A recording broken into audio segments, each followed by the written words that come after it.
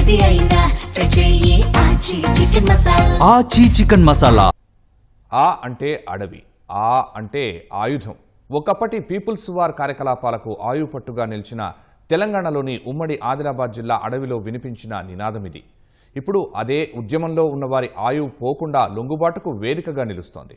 తాజాగా కుమురం భీం ఆసిఫాబాద్ అడవుల్లో మావోయిస్టు జాతీయ కార్యదర్శి దేవ్జీ అలియాస్ తిప్పిరి తిరుపతి, మరో పొలిట్ బ్యూరో సభ్యుడు మల్లా రాజిరెడ్డి అలియాస్ సంగ్రామ్ సహా 16 మంది మావోయిస్టులు లొంగిపోయినట్టు ప్రచారం జరుగుతుండడం కలకలం రేకెత్తిస్తోంది. ఉత్తర తెలంగాణ పీపుల్స్ వార్ ఉద్యమంలో అడవులతో మమేకమై ఉండే ఉమ్మడి ఆదిలాబాద్ జిల్లా కీలక పాత్ర పోషించింది. ఉమ్మడి రాష్ట్రంలో నక్సలిజానికి ఆయుపట్టుగాను నిలిచింది. పీపుల్స్ వార్ పేల్చిన తొలి మందుపాతర ఉమ్మడి ఆదిలాబాద్ జిల్లాలోనే అనేది చరిత్ర చెప్పే సాక్ష్యం. అలాంటి ఉమ్మడి జిల్లా ఇప్పుడు కీలక నేతల లొంగుబాటుకు కేంద్ర బిందువుగా నిలుస్తోంది. కేంద్ర ప్రభుత్వం ఆపరేషన్ కగార్ పేరిట మావోయిస్టు విముక్త భారత్ కు మార్చి 31 అనే గడువుతో ముందుకెళ్తోంది. ఇప్పటికే మహారాష్ట్ర, ఛత్తీస్గఢ్ అటవీ ప్రాంతాల్లో ఎంతో మంది మావోయిస్టులు పోలీసు ఎన్కౌంటర్లో మృతి చెందడం కలకలం రేకెత్తిస్తోంది. పార్టీ ప్రధాన కార్యదర్శి నంబాల కేశవరావు ఎన్కౌంటర్ తర్వాత అగ్రనేతల్లో ఒక్కొక్కరు లొంగిపోవడంతో మావోయిస్టు ఉద్యమం మరో మలుపు తిరిగింది. తాజాగా పార్టీ ప్రధాన కార్యదర్శి Devji alias Tippiri Tirupati, polit bureau సభ్యుడు మల్లా రాజిరెడ్డి అలియాస్ సంగ్రామ్ లొంగిపోవటం కలకలం రేకెత్తిస్తోంది.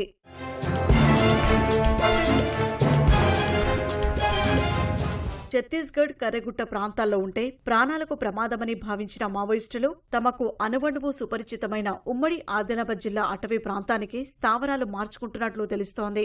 ఇప్పటికే చర్చల్లో భాగంగా లొంగిపోవటానికి సిద్ధంగా ఉన్న 40 మందిలో కొంతమంది కుమురం భీం జిల్లాలో, మరికొంతమంది ములుగు జిల్లాలో లొంగిపోయినట్లు సమాచారం. కుమురం భీం జిల్లాలో లొంగిపోయిన 16 మందిలో జగిత్యాల జిల్లాకు చెందిన పార్టీ ప్రధాన కార్యదర్శి దేవ్జీ అలియాస్ తిప్పిరి తిరుపతి, పెద్దపల్లి జిల్లాకు చెందిన మల్లా రాజిరెడ్డి అలియాస్ సంగ్రామ్ అలియాస్, మీసాల సత్తెన లొంగిపోవటం ప్రాధాన్యతాంశంగా మారింది. వీరితో పాటు రాష్ట్ర కమిటీ సభ్యుడు Noone Narasimhareddy alias Ganganna, People's Liberation Guerrilla Army సహా ఇతర క్యాడర్కు చెందిన 40 నుంచి 50 మంది పోలీసుల రాడార్లోకి వచ్చినట్లు తెలుస్తోంది. పోలీసులు మాత్రం ఏ విషయం వెల్లడించడం లేదు.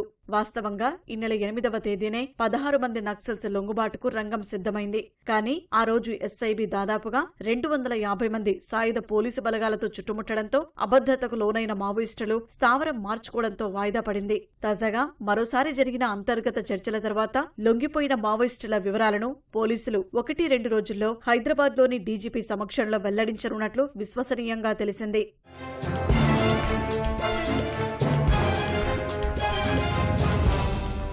నాటి పీపుల్స్ వార్ నుంచి నేటి మావోయిస్టుల వరకు 4 దశాబ్దాల పాటు ఉమ్మడి ఆదిలాబాద్ జిల్లా అటవీ ప్రాంతం సజీవ సాక్ష్యంగా నిలిచింది. యాదృచ్ఛికంగా ఇప్పుడు లొంగుబాట్లకు వేదికగా మారుతుంది.